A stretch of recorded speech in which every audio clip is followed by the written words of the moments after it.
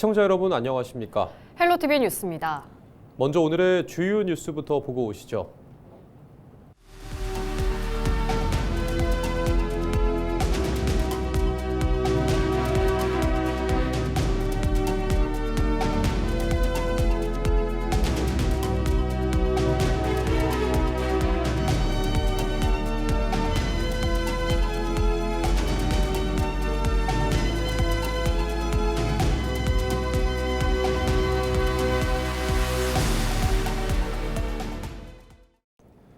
(6.3) 지방선거를 앞두고 남원시장 출마 선언이 이어지고 있습니다.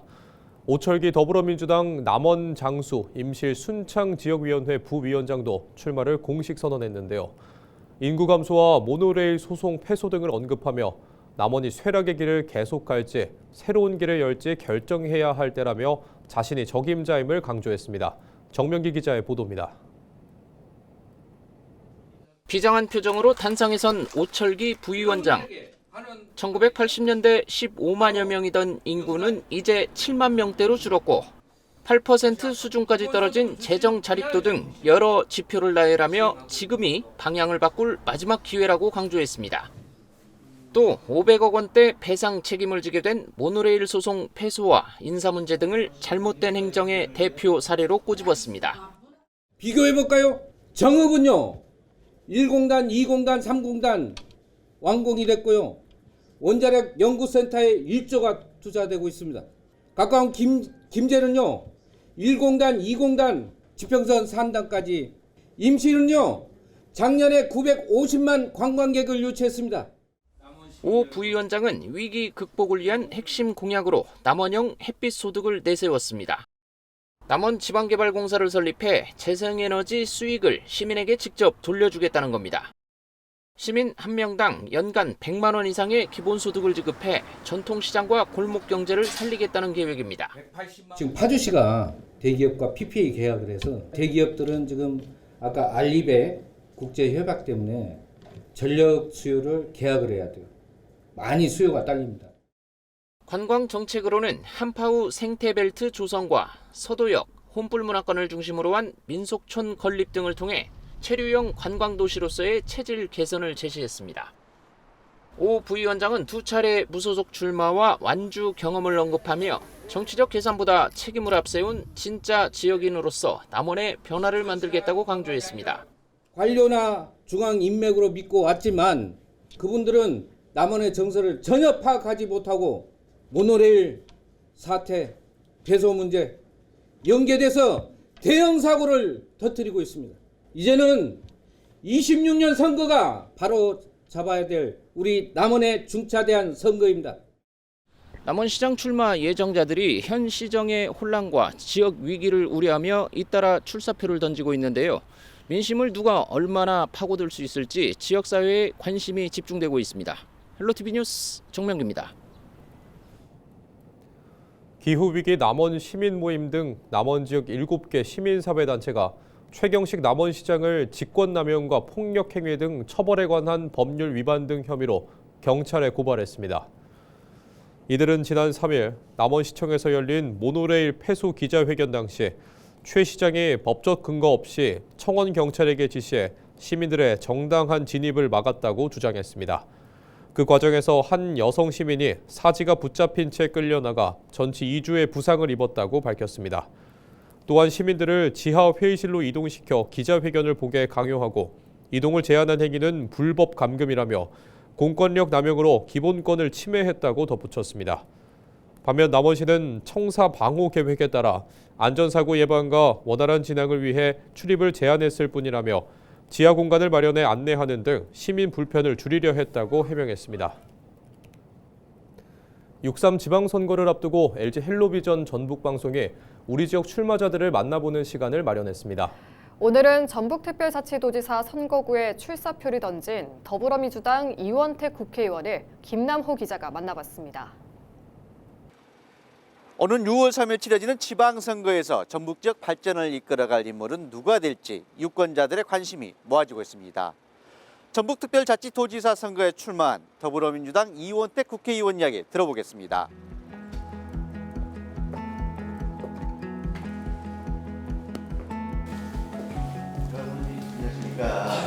반갑습니다. 네, 반갑습니다. 그동안 많으시죠? 현생을 기대해 보겠습니다. 고맙습니다. 전북 발전에 위해서도 좀 많이 노력해 주시고.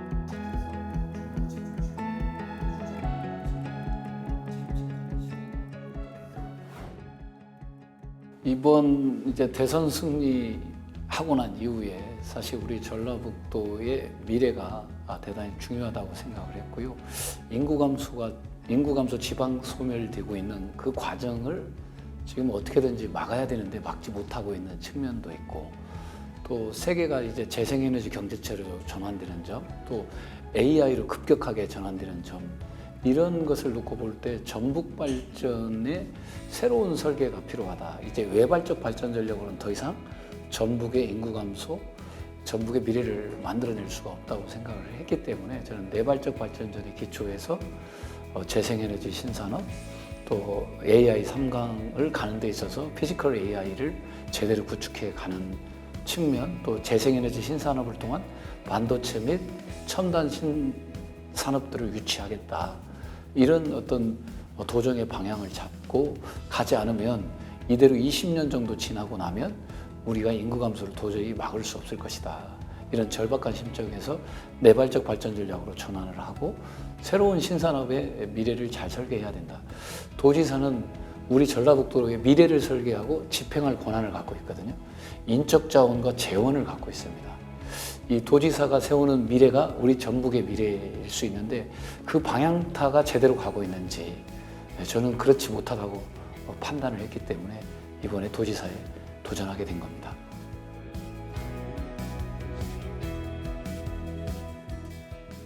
아무래도 이재명 대통령께서 수도권 1극 체제에서 다극 체제로 만들겠다라고 하면서 초광역권 통합을 진행하고 있습니다. 저는 이건 전폭적으로 지지합니다. 3특의 핵심은 산업과 재정 구조라고 저는 보고 있습니다. 5극에 통합되는 초광역권에 20조를 지원한다고 하는데 3특 개정을 만들어서 6조 정도를 지원하면 우리한테 2.5조씩 4년이면 10조 정도 들어옵니다. 그러면 5국 수준의 지원 체계라는 말씀을 드립니다. 우리 전북이 특화시킬 수 있는 산업으로는 저는 첫 번째가 재생에너지 기반 신산업입니다. 거기에는 반도체 산업과 첨단 산업의 기업 유치가 있습니다. 반도체 산업은 우리 안에 반도체 소재를 납품하는 화학 제품들을 많이 생산하는 생태계가 우리가 있어요. 동호하이캠, OCI, PKC, KCC 등 여러 동호하이캠 이런 기업들이 사실 반도체에 제공되는 여러 소부장들이 많이 있기 때문에 이 생태계를 살려서 가야겠다 이런 생각하고 있고요. 피지컬 AI, 또 K컬처의 메카, 또 식품 수도로서의 K푸드의 메카, 또 농생명 바이오, 또 여기에 그린과 레드 바이오를 이렇게 집중적으로 육성하는 그런 산업을 우리한테 좀 특화시켜서 정부가 집중 지원을 해주지 않으면 안 되겠다 이렇게 좀 말씀을 좀 드립니다. 이 양축으로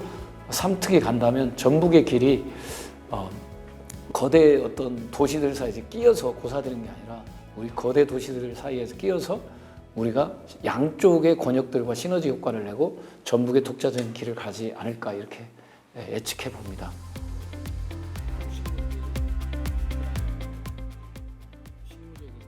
지금까지 우리 전북은 기업 유치, 투자 유치를 핵심 슬로건으로 걸고 왔습니다. 그래서 대기업을 유치하겠다, 투자 유치를 받아서 전북을 바꾸겠다라고 그랬는데 지금 시점에서 어떤 대기업이 우리 옆에 와 있고 또 투자 유치를 받아서 어디가 변했는가라고 보면 부족하다는 거죠. 근데 그 사이에 우리 전북 도민을 먹여 살리고 있는 기업들에 대한 지원 체계가 등한시되고 약화되어 왔습니다. 그러니까 우리 전북도민을 먹여 살렸던 기업들이 문을 닫고 나간 거죠. 1000개의 기업이 문을 닫을 동안 밖에서 1000개의 기업이 들어오면 괜찮은데 그렇지는 않았던 거죠. 그러니까 인구 감소 지방 소멸이 급격하게 저는 늘어났다고 봅니다. 이제 이런 외부의 힘을 빌어서 발전시키겠다는 외발적 발전 전략은 한계를 지난 30년간을 통해서 보여줬다고 보고 있고요.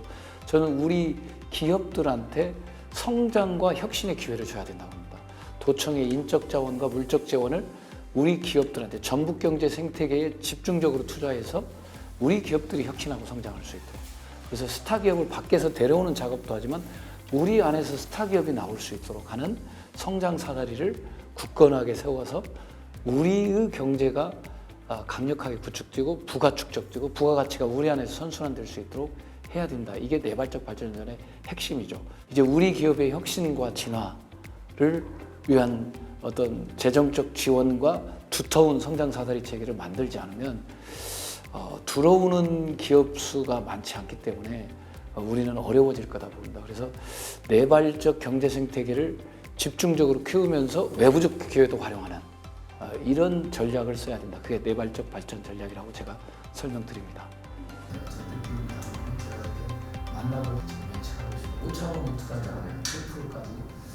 전북 도민 여러분, 이재명 대통령과 이재명 정부가 우리 대한민국의 새로운 미래를 위해서 노력하고 있습니다. 저는 이재명 대통령에 대한 강한 신뢰 속에서 우리 전북이 이재명 대통령의 비전과 철학, 정책에 근거해서 전북의 성장 동력을 저는 만들어내야 된다고 보고 있습니다. 이재명 대통령 시대에는 이재명 대통령의 철학과 생각을 잘 알고 있는 리더가 도정을 2박자, 3박자 빠르게 선도해가면서 국가 재정과 국가 정책을 우리 전북의 성장 동력으로 만들어야 되는데 그런 점에서 제가 이재명 대통령의 생각과 철학과 비전과 정책을 잘 알고 있고 같이 활동해야 하기 때문에 이제 새로운 전북을 만들어 가는데 아무래도 리더가 바뀌어야 되는 게 아닌가 싶습니다. 우리 도민 여러분께서 현명한 생각과 판단을 부탁드립니다. 전북의 새로운 미래를 열어가겠습니다. 감사합니다. 네, 컨슨하시고 저희가 함께 방송부터 응원하도록 하겠습니다. 고맙습니다. 전북 발전, 여러 가지 말씀입니다. 네, 좋습니다. 화이팅! 화이팅! 부안 군민들이 아리백 국가산업단지를 부안군에 설치하기를 촉구했습니다. 부안 군민들로 구성된 새만금 아리백 국가산단 범군민 추진위원회는 10일 부안읍 터미널 앞에서 걸기대회를 열었습니다. 추진위는 일자리 창출과 지속 가능한 발전을 위해 아리백 국가산단은 부안으로 와야 한다고 주장했습니다. 추진위는 산업단지 조성을 염원하는 군민 3만여 명의 서명부를 정부에 전달하고 아리백 국가산단 유치를 위한 릴레이 시위도 진행하기로 했습니다. 부안은 새만금의 출발지였고 전력은 부안에서 생산되고 산업과 일자리는 타 지역으로 향하는 이러한 불공정한 구조를 오히려 더 이상 받아들일 수 없다. 익산 중학생 사망 사건의 진범이 재판 과정에서 계부가 아닌 친형으로 뒤바뀌었습니다. 광주고법 전주재판부 형사 1부는 11일 계부 41살 A씨의 아동학대 살해 혐의 항소심 선고 공판에서 피해자는 친형의 폭행으로 사망한 것으로 보인다고 밝혔습니다. 항소심 재판부는 A씨의 아동학대 살해 혐의에 대해서는 무죄 판단을 내리면서 피해자 친형의 폭행을 묵인, 방조한 아동학대 치사 혐의는 유죄로 보고 A씨에게 원심의 징역 22년보다는 가벼운 징역 13년을 선고했습니다. 경찰은 이날 항소심에서 진범이 비군의 형으로 드러나자 사건에 대해 알아보겠다고 밝혔습니다. 정읍시 기관장 협의회인 정의회 소속 기관장들이 고향사랑 기부제 활성화를 위해 함께 노력하기로 했습니다. 이학수 시장과 박일 정읍시의회 의장, 김순기 농협 정읍시 지부장 등 정읍지역 27개 기관 단체장은 10일 정읍시청 회의실에서 정례회의를 열었습니다. 이날 회의에서는 지난 2023년부터 2025년까지의 고향사랑 기부금 모금 현황과 함께 정의회 차원에서 추진해온 고향사랑 기부제 홍보 캠페인 성과가 공유됐습니다. 참석자들은 고향사랑 기부제 활성화를 위해 시민과 출향인을 대상으로 한 참여 확산에 나서기로 했습니다. 전북특별자치도지사 출마 예정자인 더불어민주당 이원택 의원은 호남선 고속열차 KTX를 지금보다 최소 40% 이상 늘리겠다고 공약했습니다. 이원택 의원은 10일 전북특별자치도 의회에서 기자회견을 열고 경부선은 평일 기준 하루 115번, 주말 136번 고속열차가 운행되지만 호남선은 평일 69번, 주말 71번에 불과하다고 밝혔습니다. 이 의원은 이어 경부선에는 900석 넘는 대형 고속열차가 편성되지만 호남 측에는 400석 안팎의 소형 열차가 편성된다며 표를 끊을 기회부터 적은 것이라고 덧붙였습니다. 남원 지역 시민사회단체들이 최경식 남원시장의 행태를 강하게 규탄하며 즉각적인 수사를 요구했습니다. 기후위기 남원 시민모임 등 7개 단체는 9일 남원시청 앞에서 기자회견을 열고 모노레일 소송 패소로 500억 원대 혈세가 낭비된 데 이어 최 시장이 시청을 찾은 시민들을 물리력으로 끌어내는 등 민주주의를 훼손했다고 주장했습니다. 이들은 인간 방어벽으로 이동을 막고 여성 시민을 강제로 끌어낸 행위, 지하 회의실 감금 등을 직권남용과 공동폭행 교사, 불법 감금 혐의로 지적했습니다. 이들은 철저한 수사와 책임자 문책, 피해 시민에 대한 공개 사과, 그리고 최 시장의 즉각 사퇴를 촉구했습니다. 현장 발언 들어보시죠. 남원 시민사회단체들은 공동으로 최경식 시장의 독재적 형태와 직권남용, 공동폭행교사, 감금 등 범죄 행위를 강력히 규탄하며 다음과 같이 법적 대응을 예고한다. 반면 남원시는 당시 청사 방호 계획에 따라 안전사고를 예방하고 기자회견을 원활히 진행하기 위해 출입을 제한했을 뿐이라고 해명했습니다. 또 시민들이 기자회견을 볼 수 있도록 별도의 지하 공간을 마련해 안내하는 등 불편을 최소화하려 노력했다고 덧붙였습니다.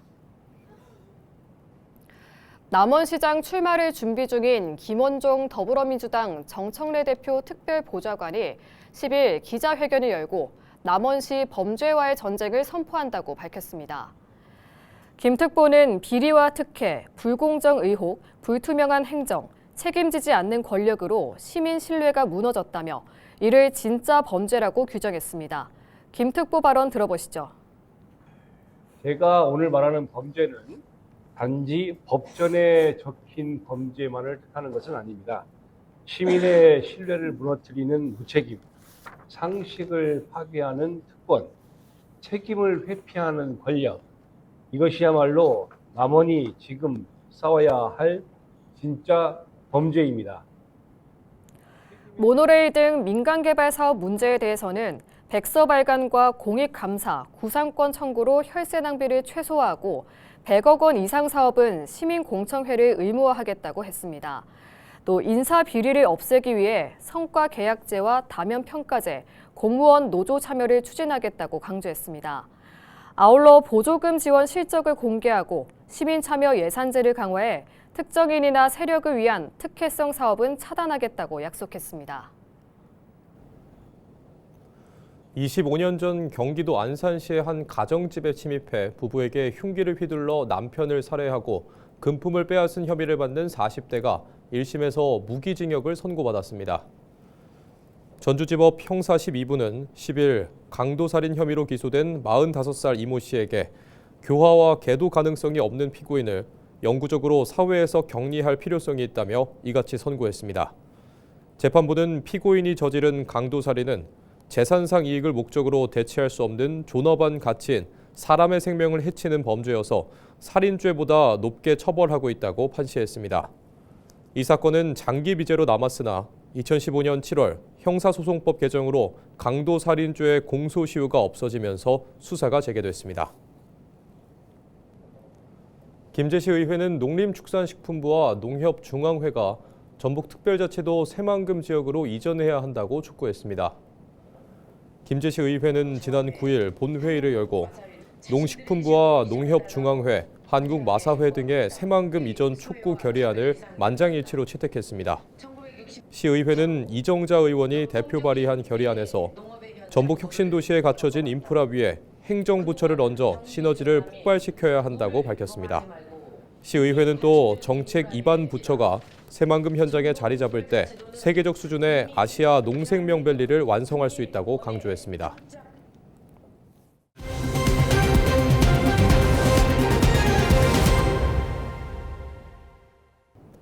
이상으로 뉴스를 마칩니다. 시청해주신 여러분 고맙습니다.